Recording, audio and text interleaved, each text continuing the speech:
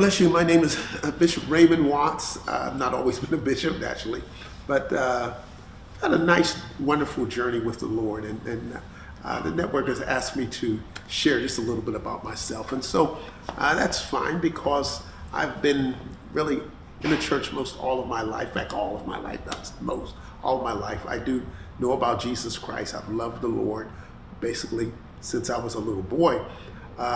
And so I've loved the church. As I grew up in the church, my older sister and her husband went into ministry, and so got a chance to work along with them in ministry, and it's just been a wonderful, tremendous journey. Earlier in my ministry, as a teenager and on, I learned how to play the piano. I guess the keyboard, they call it nowadays. It was just the piano back then. We had acoustic pianos, and therefore that afforded me the opportunity to work with youth, and we had like community choirs and that sort of thing. I grew up in a pretty rough neighborhood. Northern Pomona, California at the time was a pretty tough neighborhood. The gangs moved in from Los Angeles, and it was pretty tough, but you could navigate yourself through there if you had the Lord on your side. But you also learned how to be tough and how to interact with community. So we developed, even as teenagers, a nice community choir, and that ministered.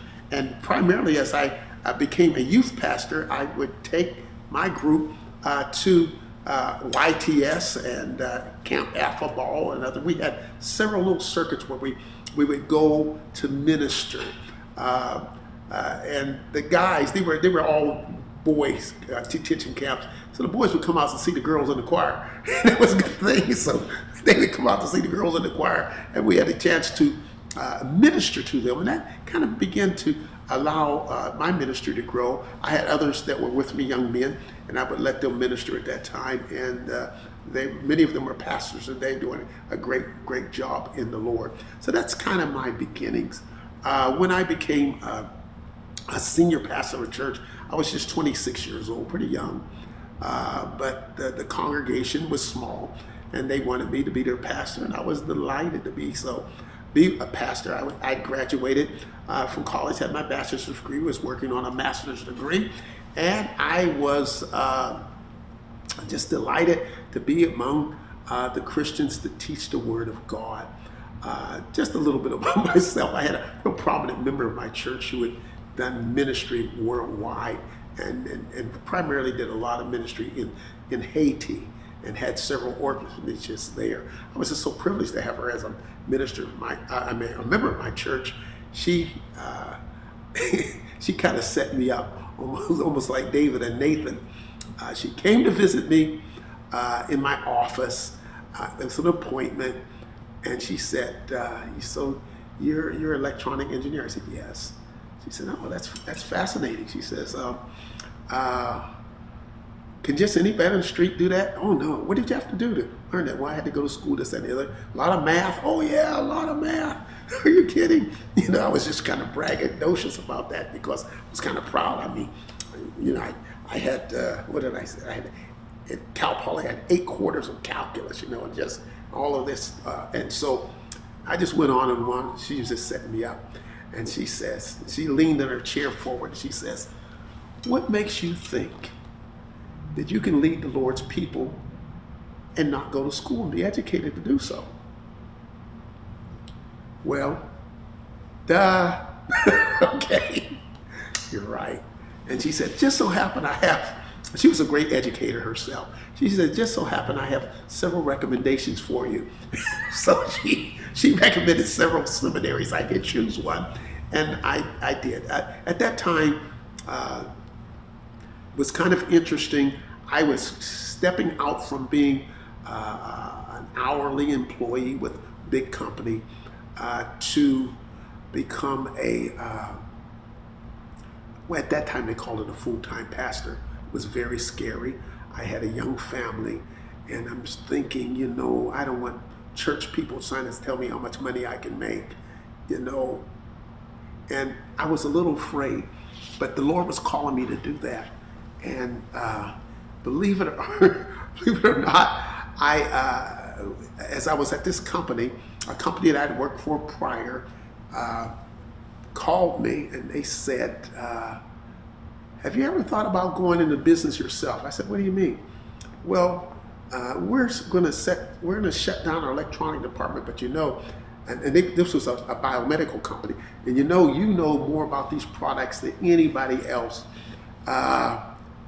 Would you consider going into business and handling our product and doing all of our field returns?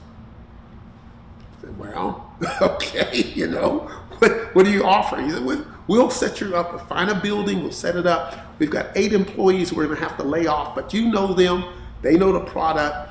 We'll give you all of the inventory we have. Just take care of this for us. And I thought about it. I said, hey, is the Lord setting me up so I can leave this hourly job, go to seminary, and take care of my family? And that's exactly what he did. We wouldn't believe how God moves in your life. He set it up. Man, I made more money than I ever made in my life. I made tons of money. And not only that, at that time, Texas Instrument had decided that they were going to, it was called a crossover network that only they manufactured at the time. They decided to discontinue that. It was part of one of my products. What am I going to do? I've got field returns coming back. And so I sat down and the Spirit of the Lord said, design your own. So I designed it. It looked crazy. It was a big old block and it would look funny, but we made it fit into the instrument to substitute for this thing. Texas Instrument decided they would not manufacture anymore, and it worked. And you know what? Not only did I need that product, there were other people. That crossover network was in almost every hospital instrument, and believe it or not, they needed it. So I had this little funny, crazy thing. I was selling for a ton of money, making money hand over fist while I was going to seminary, studying in ministry. And when this is just, you're gonna laugh at this. This is kind of funny, and I'll let it go at this. I'll just show you how God works in your life.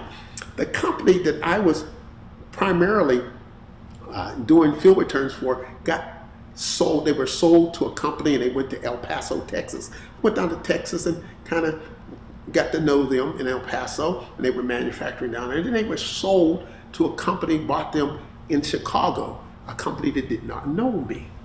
So the company in Chicago says, you know what, this product's been on the market for a while, we need a new one. Can you give me offer a design? Believe it or not, I probably at that time was probably one of the foremost guys in the country with this respiratory thing. I designed the product, but at the same time, I was called to go to a company in Mechanicsburg, Pennsylvania, and to teach their engineers respiratory technology. So when I show up in Chicago with my design, they're there also. I didn't realize I had competition. And so they said, oh man, we might as well go home. I know yours is better than mine, and mine was better. Tell the truth, mine was better. But I went in and I've been making a lot of money with this company. And they said, we're ready to discontinue this product. We like yours, but they chose the other company over me. But I felt bad about that, but it was the Lord setting this up. Let me tell you what, I had just graduated from seminary. It was time for me to let this go and go into ministry. And you know what, when the Lord made that very plain to me, I was not disappointed at all. This was a $5 million contract. I'm just a little young guy. But you know what? I understood. I said, Lord, okay, thank you. It's time to let this go. It's time to go into ministry. And it's just been that kind of journey with me. I didn't make a lot of money in ministry, but nevertheless, I think it was rewarding. I really believe, and I'll end with this. I really do believe if you'll let the Lord be your boss, you will never, ever be disappointed. Sometimes you do well financially, sometimes you don't, but you always do well spiritually. And here is the great thing. What would it profit a man, Jesus said, to gain the whole world and to lose his soul? And then he asked another question, and what will a man give in exchange for his soul? And always when I use that in ministry, I try to answer the question, and you know what my answer is? Whatever it is, it's not worth it. It's always worth it to stay with God.